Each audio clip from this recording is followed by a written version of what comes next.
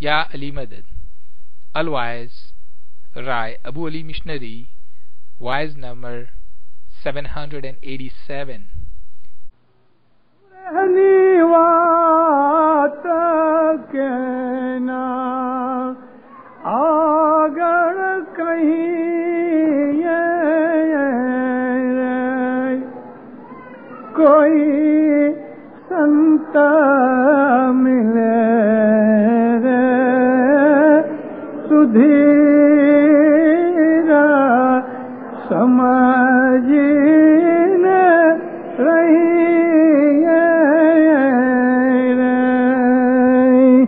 مولانا حضرت امام پہ صلوات پڑھو مومنو.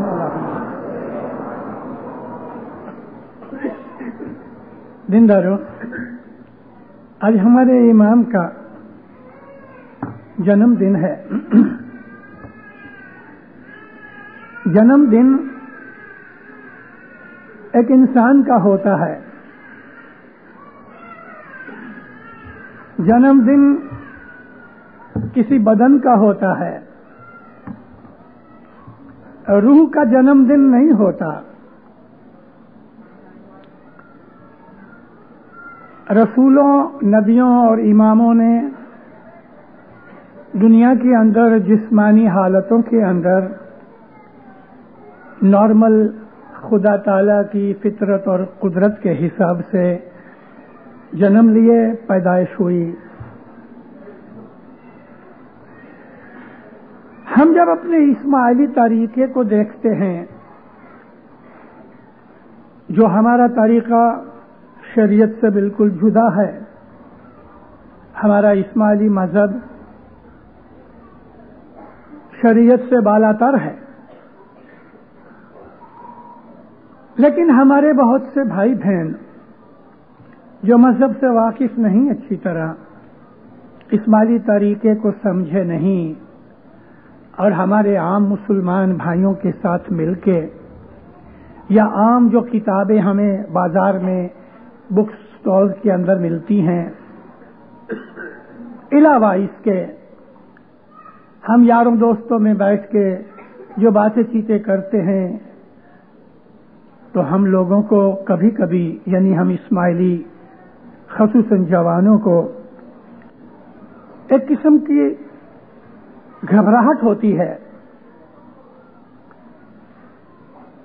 ہم خیالوں میں ڈوب جاتے ہیں کہ سچ مچ ہم مسلمان ہیں، کیونکہ عام مسلمانوں کے ساتھ مل کے جب ہم اپنے طریقے کی باتوں پہ غور کرتے ہیں تو ہمارے بھائیوں بہنوں کے دل کے اندر ہچمچاہٹ پیدا ہو جاتی، اور ہچمچاہٹ کے علاوہ ہچکچاہٹ پیدا ہوتی ہے. ہچکچاہٹ کہتے ہیں ہیزیٹیشن کو. آپ نے کسی مسجد کے اندر یہ کھانے پینے کی چیزیں نہیں دیکھی، ہوتی بھی نہیں. آپ نے کسی مسجد کے اندر اس طرح سے یہ پاٹ رکھے ہوئے ہیں اور پیسے دیتے کسی مولوی کو لوگوں کو دیکھا نہیں. مسجدوں کے اندر یہ اس طرح سے گھٹ پاٹ کی چھوٹی چھوٹی پیالیوں کے اندر آب صفا، یا اگر وہ لوگوں کا خیال کریں تو آب زمزم اس طرح سے دیتے ہوئے ہم نے کبھی کسی مسجد میں نہیں دیکھا. تو ہم لوگوں کو خیال پیدا ہوتا ہے کہ کیوں ہم مسلمان ہیں پھر بھی مسلمان نہیں؟ کیا ہمارا جو مذہب ہے وہ اسلام سے کچھ جدا ہے؟ اور عام مسلمانوں کے ساتھ جب ہم بات کرتے ہیں، یا ہماری بہت سی لڑکیاں مسلمانوں سے شادی کر لیتی ہیں اور بہت سے لڑکے مسلمان عورتوں سے شادی کر لیتے ہیں، تو ان کے درمیان یہ خیالات پیدا ہوتے ہیں، کیا بات ہے، ہم مسلمان ہیں، خود کو مسلمان کہتے ہیں، لیکن پھر بھی مسلمان نہیں، کیونکہ ہم نے اپنے مذہب کو ابھی تک سمجھا نہیں. پہلی چیز تو یہ ہے کہ ہم شریعت سے اونچے ہیں. شریعت ہمارا مذہب نہیں ہے.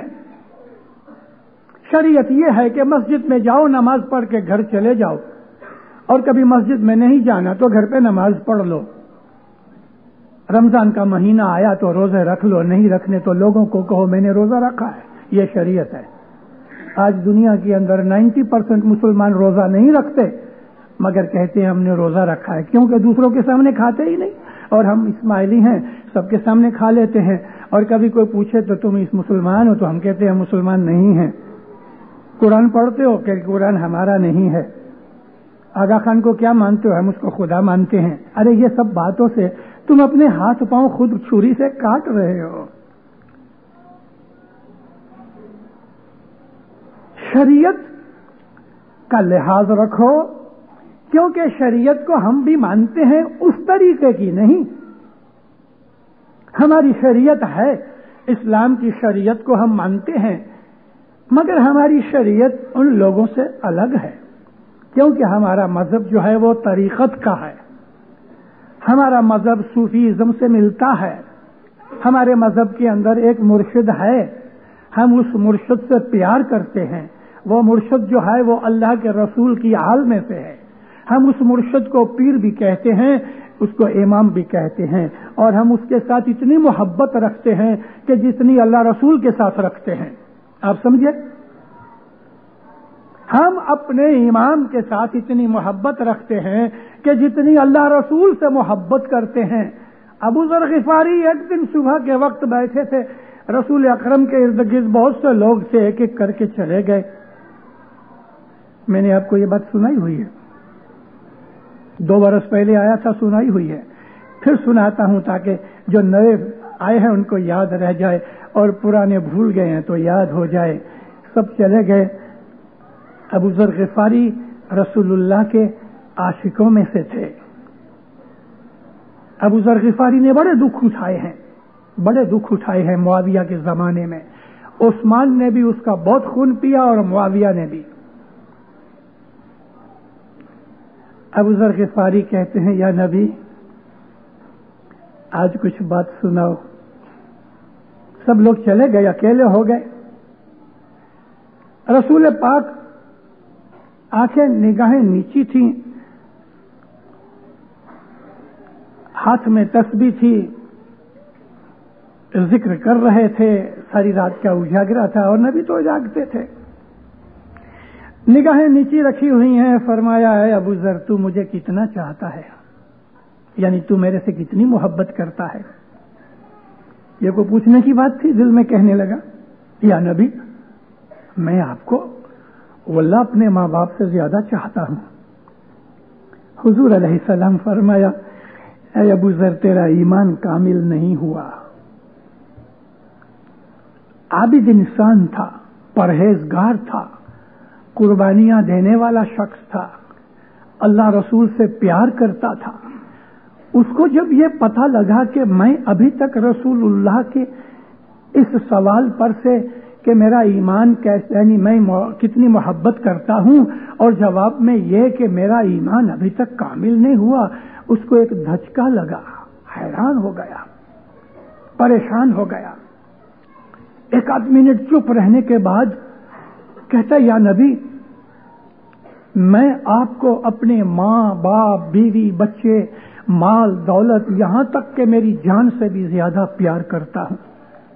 حضور علیہ السلام اسی طرح سے بیٹھے تھے، آنکھیں نیچی تھیں، تسبیح چل رہی تھی۔ فرمایا اے ابو ذر ابھی بھی تیرا ایمان کامل نہیں ہوا۔ بڑا حیران ہوا، سوچ میں پڑ گیا، دل گھبرانے لگا۔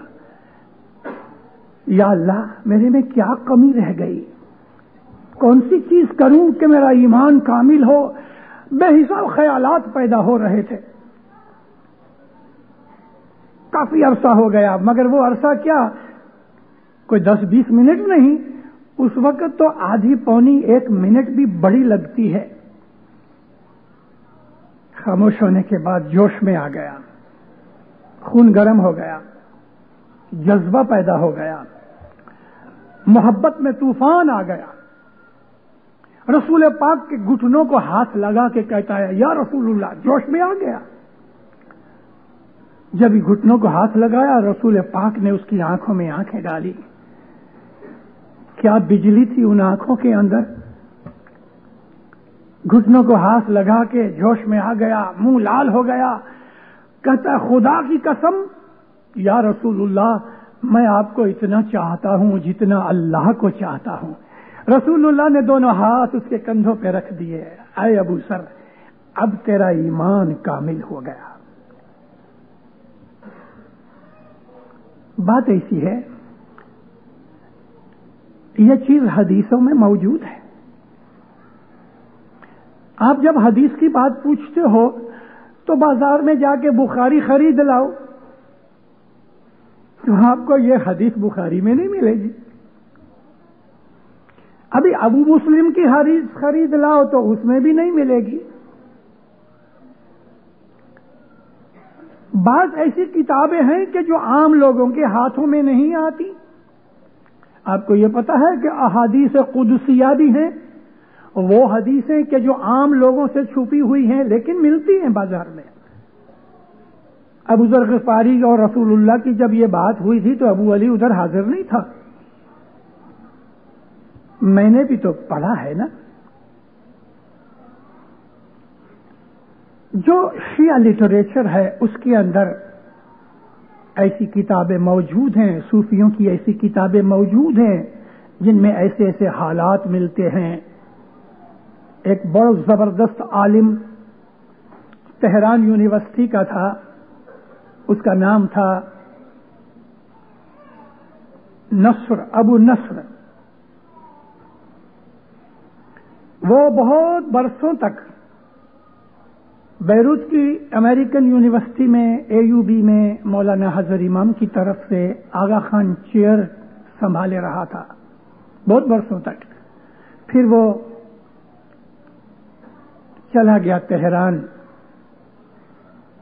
میرے ساتھ اس کی خط و کتابت بھی تھی، میں اس کو پرسنلی بھی ملا ہوا ہوں. ایران کے حالات ایسے ہو گئے ہیں، میں نے بہت سے خط لکھے، کچھ پتہ نہیں لگتا زندہ ہے، اگر ہے تو کہاں ہے. اس نے کتاب لکھی ریالٹیز آف اسلام، انگلش کتاب ہے، لندن میں چھپی ہوئی ہے. اس نے ایک حدیث کا ذکر کیا ہے. یہ حدیث بھی آپ کو بخاری، مسلم، ماجہ وغیرہ کے اندر کے مشکات میں نہیں ملے گی، کیونکہ یہ ساری حدیثیں سنیوں کی لکھی ہوئی ہیں. یہ حدیثیں جو عام ہم کو، جن کو ہم صحاح کہتے ہیں، یعنی 6 صحیح حدیثیں، اور مشکات میں ان کو اکٹھا کیا گیا ہے. یہ حدیثیں تو بنی امیہ کے زمانے کے اندر بنی امیہ کے کہنے سے لکھی گئیں. لیکن آپ کو ایسی کتابوں کو ڈھونڈنا چاہیے کہ جن کے اندر اصلیات ملتی ہے. ریالٹیز آف اسلام، اس نے ایک حدیث کا ذکر کیا ہے، اور اس حدیث کا ذکر مولانا رومی نے بھی کیا ہے. رسول پاک فرماتے ہیں انا العرب بلا عین، پھر فرمایا انا الاحمد بلا میم. انگلش کتاب کے اندر اس حدیث کا ذکر کرتا ہے، اور یہ حدیث آپ کو صحاح ستہ میں نہیں ملتی. تو میں نے آپ کو یہ 2 حدیثیں بیان کی، اس کا مطلب آپ خود ہی کر لینا. انا العرب بلا عین، انا الاحمد بلا میم. میں اس کا مطلب نہیں سمجھاتا، خود کر لینا، خود سمجھنے کی کوشش کرنا. ہمارا جو طریقہ ہے یہ صوفیانہ طریقہ ہے، یہ مسٹسزم ہے. اس میں محبت پیدا ہے، اس میں قربانی ہے، اس میں دینا ہی دینا ہے، لینا کچھ نہیں.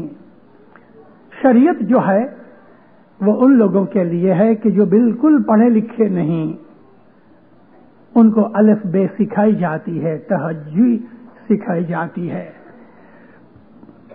بس ہمارا جو طریقہ ہے وہ طریقہ ایک مرشد کا ہے. مرشد کی پہلے بیعت کی جانی چاہیے، مرشد کے حکم پہ عمل کیا جانا چاہیے، مرشد کہے اس طریقے پہ عمل کرنا چاہیے. شریعت نہیں ہے، یہ طریقت ہے.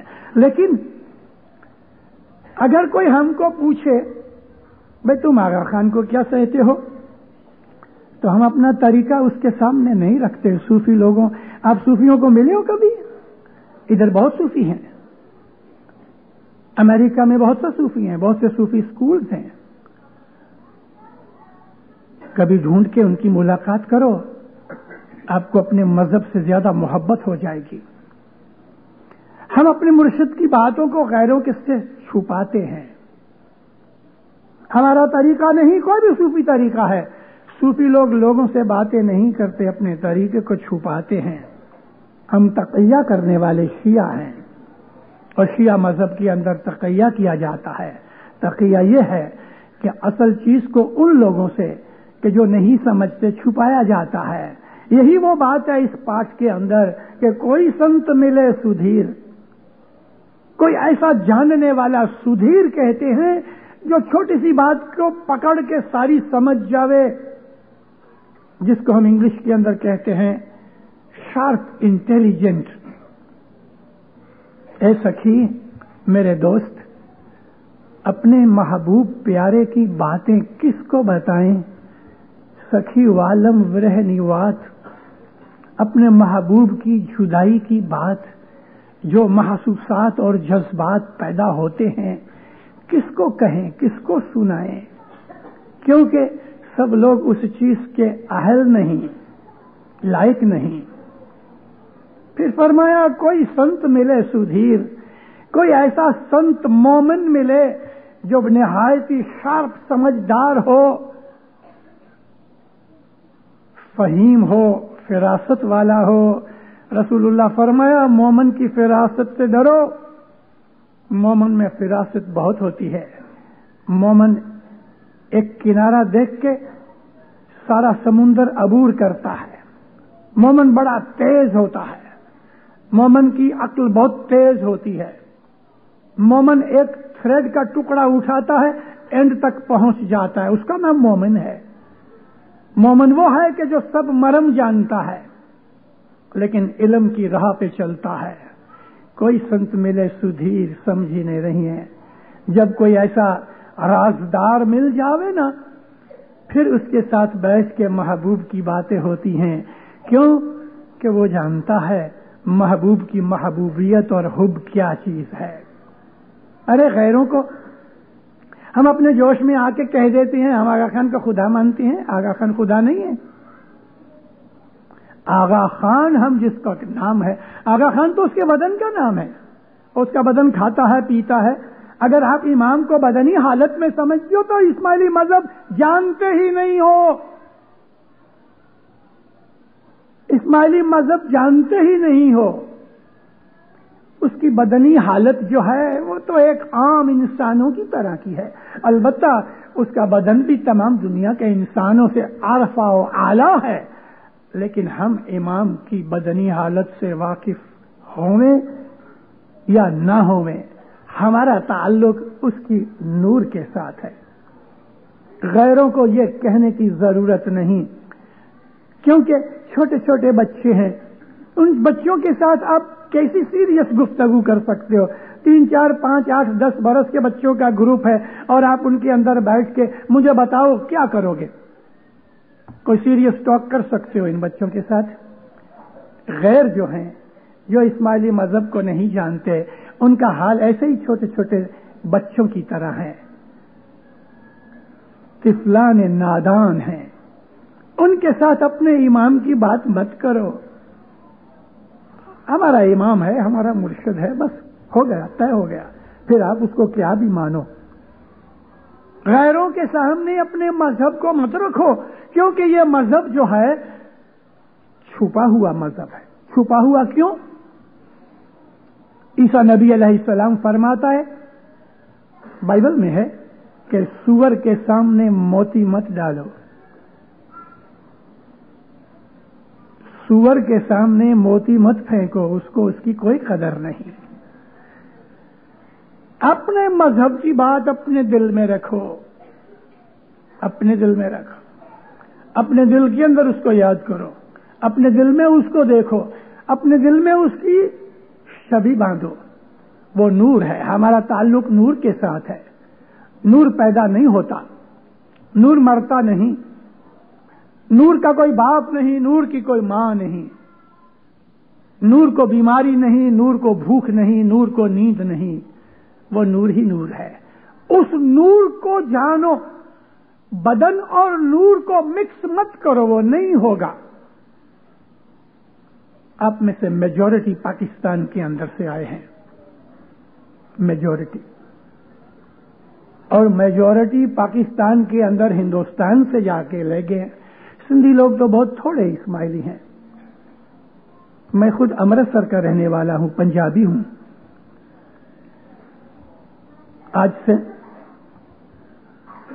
آج سے تقریباً 68 ایئرز پہلے کی بات کروں، 1916 کا ذکر کرتا ہوں۔ اس وقت کراچی میں چھوٹی جماعت تھی، 2 جماعت خانے تھے، بغیچہ بھی تھا، کھرادر کا جماعت خانہ بھی تھا۔ کھرادر کا وہ جماعت خانہ جو ابھی دکھتا ہے نہیں، پرانے مسافر خانے کے بازو میں چھوٹی سی گلی کے اندر تھوڑی جماعت تھی، مشکل سے 3-4 ہزار اسماعیلی تھے اس وقت۔ جماعت کے اندر بعض عابد لوگ ایسے اس میں تھے جو صبح کی عبادت رات کے 12 سے لے کے صبح کے 5 بجے تک کرتے تھے، عابد تھے۔ انہوں نے ایک چھوٹا سا گروپ بنایا ہوا تھا۔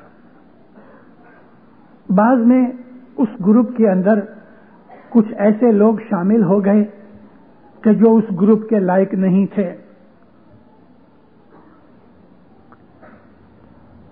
آہستہ آہستہ یہ گروپ بہت برسوں پہلے سے چلا، مگر کئی برسوں کی عبادت بندگی کے بعد، یہ 1916 کی میں بات کرتا ہوں،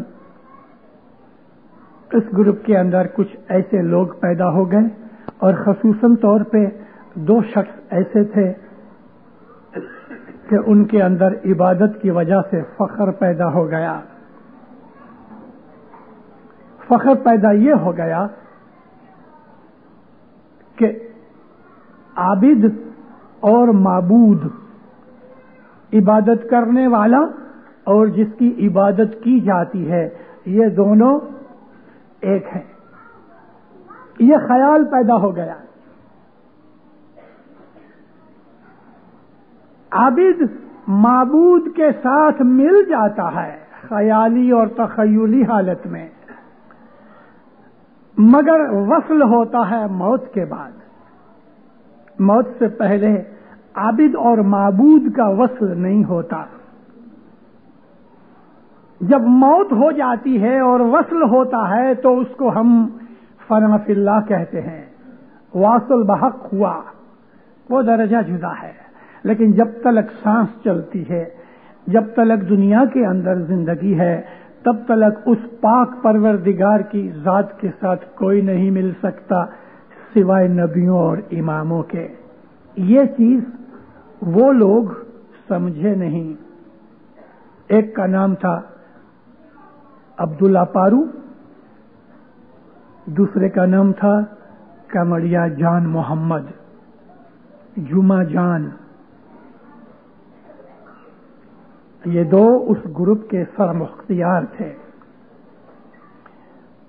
غرور آنے کی وجہ سے ایسی بات بنی کہ مولا حضرت امام سرکار سلطان محمد شاہ صلوات اللہ علیہ آئے، اور یہ دیدار کرنے کے لیے نہ آئے۔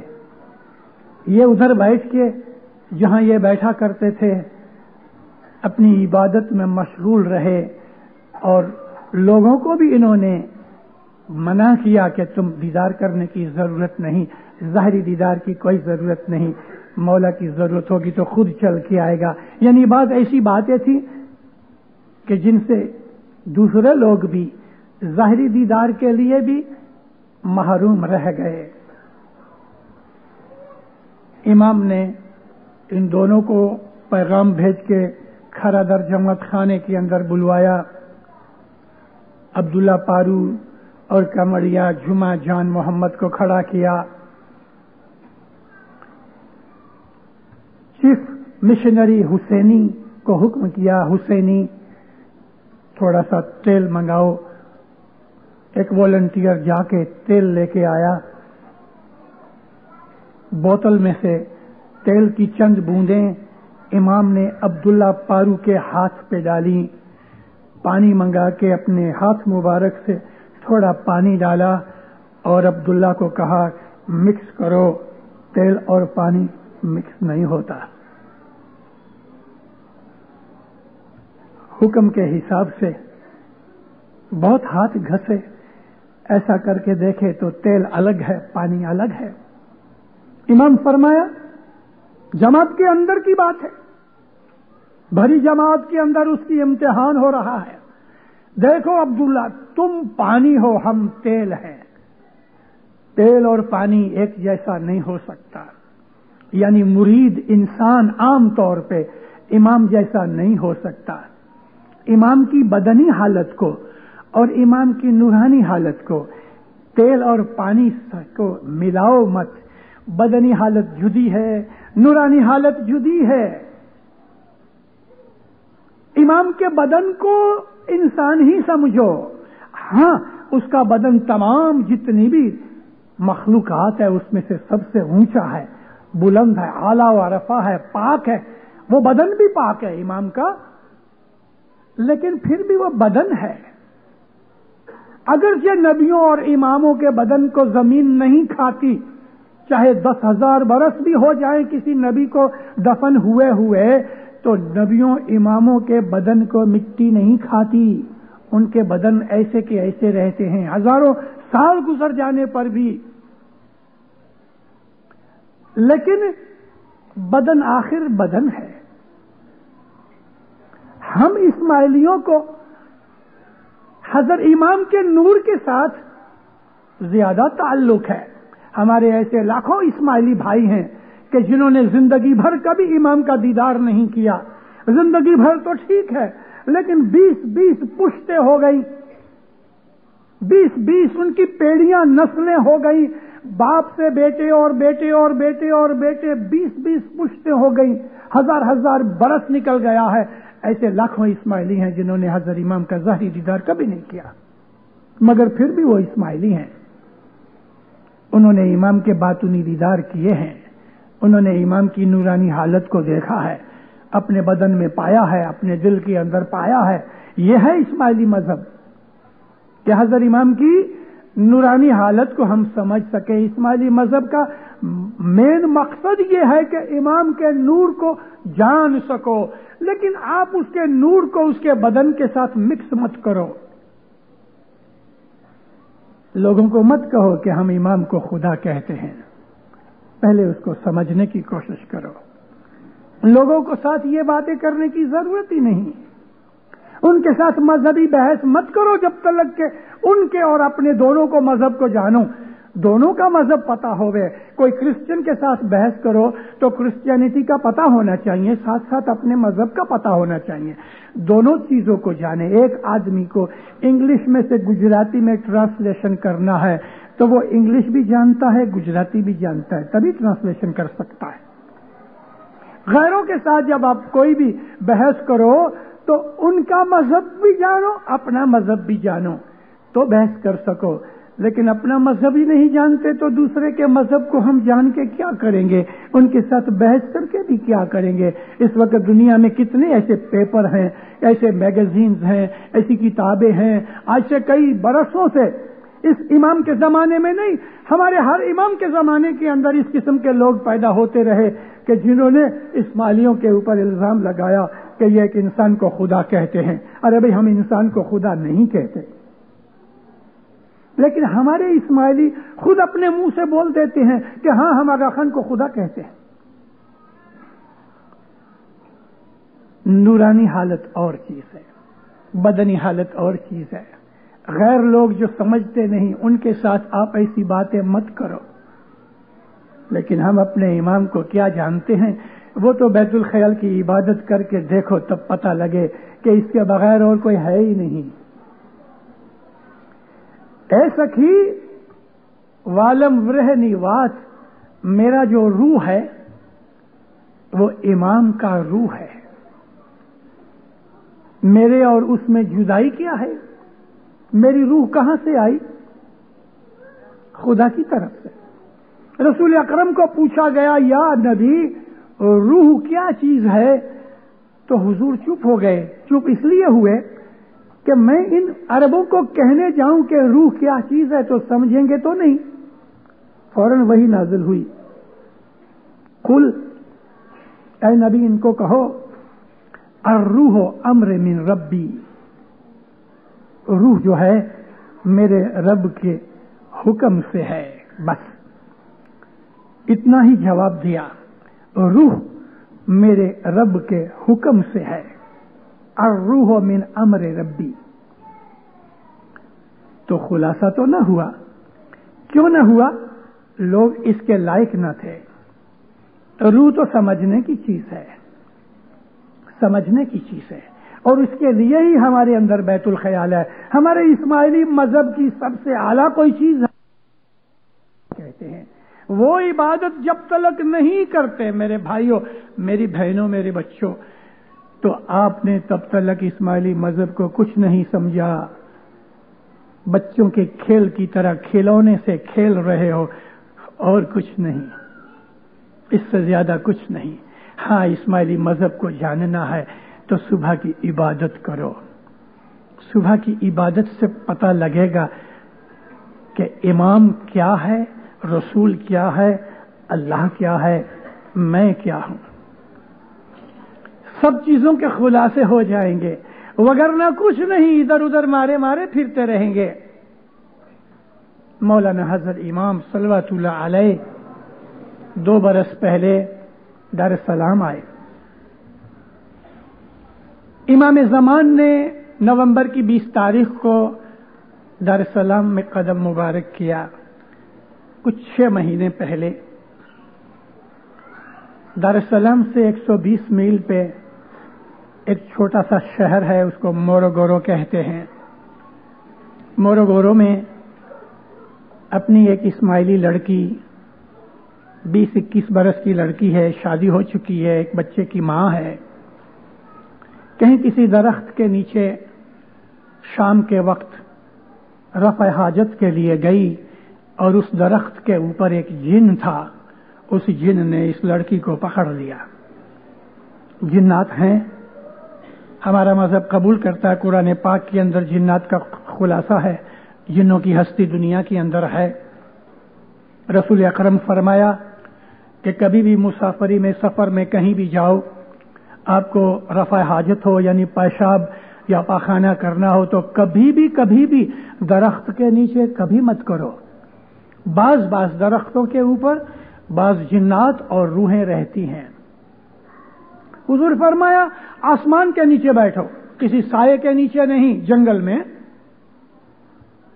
اور یہ بھی فرمایا ہے کہ اگر ایک مکان 2 برس تک بند پڑا ہے، کوئی اس میں رہتا نہیں، اس 2 برس کے درمیان اس میں بتی بھی نہیں جلی، 2 برس کے درمیان دروازے بھی نہیں کھلے، حضور فرماتے ہیں اس مکان کو جنات قبضے میں کر لیتے ہیں، اس مکان میں مت رہو. یہ ہم کو حدیث میں سے چیزیں ملتی ہیں، مگر جنات ہیں. جنات میں مسلمان بھی ہیں یعنی خدا کو ماننے والے، جنات کے اندر کافر بھی ہیں جو خدا کو نہیں مانتے. مولا علی نے بہت سے جنات کو مارا، ہزاروں جنات کو قتل کیا، جناتوں کے بادشاہوں کو زیر کیا. اس کا ذکر آج نہیں ہو سکتا. اس جن نے ہماری اس اسماعیلی بچی کو پکڑ لیا تو کیا کیا؟ اس کی نیند ختم ہو گئی، اول فول بکنے لگی، بدن تپ گیا، بے وقوفوں اور پاگلوں کی طرح اس کا رہنا سہنا اور بیہیویئر ہو گیا. کوئی ملا کے پاس لے کے گئے، اس نے بڑی کوشش کی، جھاڑ پھونک کیا، عام طور پہ جو کرتے ہیں، کچھ نہ ہوا. ایک کو چھوڑ کے دوسرے کے پاس جاویں، جو بھی کہے کہ فلانا ملا، فلانا مولوی، فلانا بہت جانتا ہے، اس کے پاس لے جائیں. جماعت خانے کے اندر بھی بہت سی تسبیحاں وغیرہ نکالی، کچھ نہ ہوا. امام زمان کے آنے کے قریب وہاں ایک کو بہت مشہور ایک عالم تھا مسلمانوں میں، اس کے پاس اس کو لے گئیں.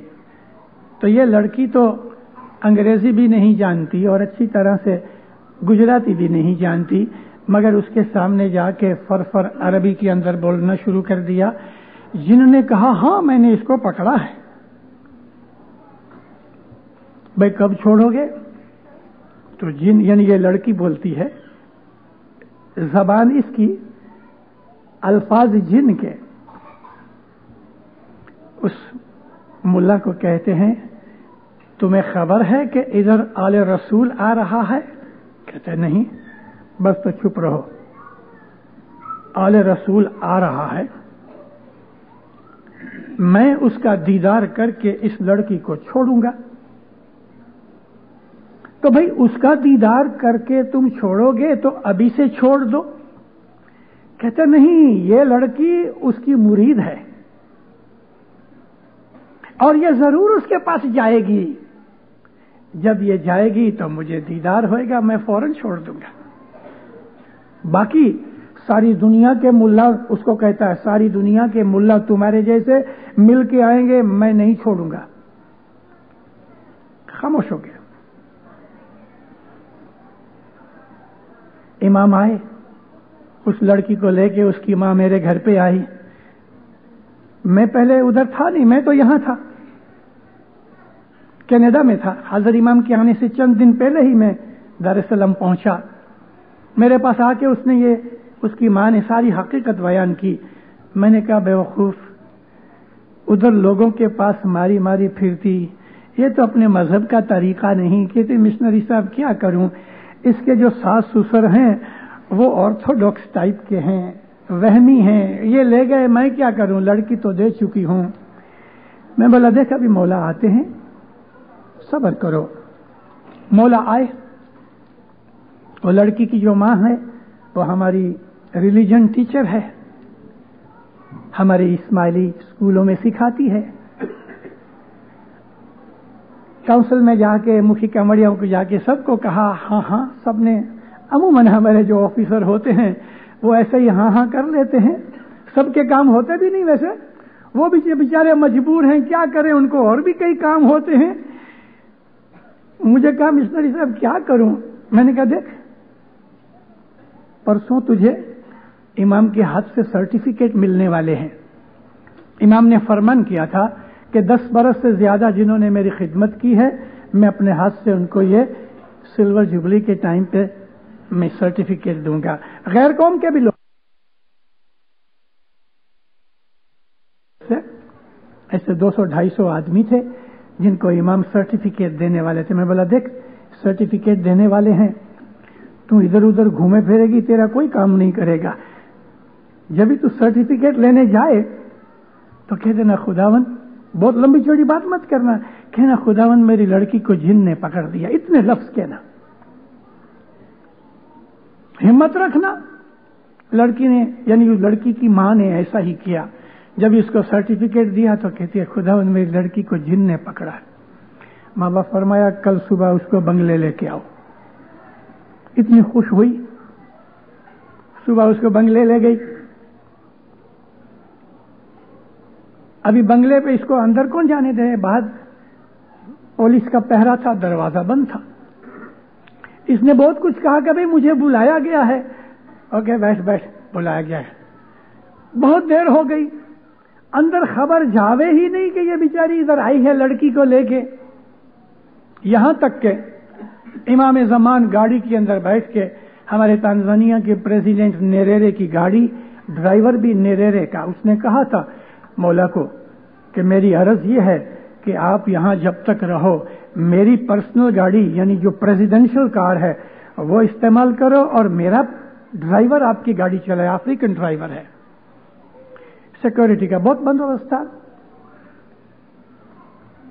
جب گاڑی میں سرکار بیٹھ کے نکلے، مولا اکیلے ہی تھے پیچھے، باقی سب آفیسر دوسری گاڑیوں میں آئے تھے۔ افریقن ڈرائیور آگے، مولا پیچھے بیٹھے ہوئے۔ مین گیٹ جو لوہے کا دروازہ تھا جب وہ کھلا، پولیس نے سیلیوٹ کیا۔ یہ لڑکی اپنی ماں کا ہاتھ چھڑا کے بھاگ کے گاڑی کے سامنے آ کے کھڑی ہو گئی۔ گاڑی کھڑی ہو گئی۔ گاڑی کھڑی ہو گئی. یہ بات خود وہ افریقن ڈرائیور سناتا ہے کہ میرا پاؤں بریک پہ نہیں ہے, ابھی تک انجن سپیڈ سے چل رہا ہے اور گاڑی گیئر میں ہے, فری بھی نہیں. میرا پاؤں ایکسلریٹر پہ ہے, انجن فاسٹ چل رہا ہے اور گاڑی کھڑی ہے. مولانا حضرت امام نے اپنا ہاتھ ایسا کر کے اس لڑکی کو یوں جو ایسا کیا تو وہ ڈرائیور کہتا ہے کہ جیسے اس لڑکی کو اٹھا کے کوئی ایسا لے جاتا ہو نا, وہ چل نہیں رہی تھی, ایسا گلائیڈ کر رہی تھی. لڑکی ایک سائیڈ میں ہو گئی, گاڑی چل پڑی, کیونکہ گاڑی تو گیئر میں ہی تھی اور ایکسلریٹر چالو تھا. ابھی پیچھے جو اپنے آفیسرز تھے وہ بھی نکل گئے, کوئی کھڑا نہ رہا, اور وہ لاسٹ ڈے تھا امام کا. یہ بیچاری پریشان باہر نکلی ایک ٹیکسی لے کے تو دربار میں آئی. مولانا حضرت امام تو دربار کے اندر تھے. مولا کی نظر پڑی تو کسی آفیسر کو کہا کہ وہ لڑکی کو کہو باہر کھڑی رہ گئے. مولا جب باہر نکلے دربار میں سے تو لڑکی کے سامنے جا کے مولا کھڑے ہو گئے. اس کی نظریں نگاہیں نیچی رہیں. مولا نے کہا میری طرف دیکھو. انگلش میں بولے, اردو میں بولے. ماں نے کہا مولا کو دیکھ, مگر اس کی ہمت نہ ہوئی. امام نے اس کے کندھے پہ ہاتھ رکھا اور اس نے امام کو دیکھا. نگاہیں چار ہوئیں, ایک دم ہنس پڑی, مولا کے پاؤں پہ گر پڑی, کھڑی ہوئی. مولا نے بہت دعا سیس دی, وہ جن چلا گیا. اسی وقت لڑکی کی حالت ہی بدل گئی, شکل بدل گئی, حالت بدل گئی, ایک دم عقل میں آ گئی. میں نے آپ کو یہ بات اس لیے سنائی ہے, معجزے تو مولا کے مومن بھی کر سکتے ہیں. امام کے لیے معجزہ کرنا معمولی چیز ہے, لیکن ہمارے امام کا یہ جو کام تھا غیروں کے اوپر اس کا بہت بڑا اثر پڑا. دوسری قوموں کے اوپر اس کا بہت بڑا اثر پڑا. کس کے لیے یہ کھیل امام نے کیا ہے وہ ہمیں پتا نہیں, لیکن میں نے آپ کو یہ بات اس لیے بتائی کہ ہمارا جو امام ہے وہ ظاہر میں انسان ضرور ہے, مگر وہ انسان نہیں, وہ خدا کا نور ہے. لیکن یہ بات ہمیں سمجھنے کی ہے, غیروں کو کہنے کی نہیں. غیروں کو تو ہم یہی کہیں گے ہمارا امام ہے, ہمارا لیڈر ہے, ہمارا مرشد ہے, کیونکہ غیر ان چیزوں کو نہیں سمجھ سکیں گے. کوئی سنت ملے سدھیر سمجھی نہیں رہی ہیں. اس وقت بہت سی ایسی شرارتیں دنیا میں جاری ہو رہی ہیں. ایک بدماش نے ایک کتاب لکھی ہے جس کے لیے آپ کو جماعت خانے کے اندر اناؤنسمنٹ ہو چکی ہے. لندن میں کسی نے کتاب لکھی ہے, میں نے وہ کتاب دیکھی ہے, پڑھی ہے. اس کے اندر ہماری بہت سی مذہبی چیزوں کا ذکر کیا ہے. دسوند کا ذکر ہے, بہت سی ٹولیوں منڈلیاں جو ہماری ہیں ان کا ذکر ہے, گٹ پاٹ نیاز کا ذکر ہے. بھلا ایک غیر قوم کے آدمی کو یہ باتوں کا پتہ کیسے لگتا ہے؟ ہمارے بیوقوفوں کے ساتھ. ہماری قوم کے اندر بیوقوف زیادہ ہیں, ان بیوقوفوں سے مل کے ہوتا ہے. اور ہماری قوم کے اندر ایسے لوگ بھی ہیں جنہوں نے غیروں سے شادیاں کی ہوئی ہیں. 79 کے اندر حضرت امام لندن آئے, 7 دن ٹھہرے. ایک دن امام نے اس دن ایک خاص منڈلی کی مہمانی تھی. امام ادھر بیٹھے ہوئے ہیں, منڈلی تو ادھر پیچھے یہ دیوار کے پچھلی طرف اس روم کے اندر تھی. مولانا حضرت امام نے مکھی کو کہا, مکھی وہ فلانے ہال میں اس منڈلی کی مہمانی میں ایک نان اسماعیلی بیٹھا ہے. مکھی صاحب نے فوراً ایک والنٹیئر کو بلایا, بھائی ادھر ایک دیکھو جا کے. یہ آدمی ادھر گیا, ایسی نگاہیں ڈالی, لگ بھگ 2-2.5 ہزار آدمی تھے. واپس آ کے مکھی کو کہا ادھر کوئی نہیں ہے. جب مکھی کو کہا کہ ادھر کوئی نہیں ہے تو امام تو سنتے تھے. امام فرمایا ہے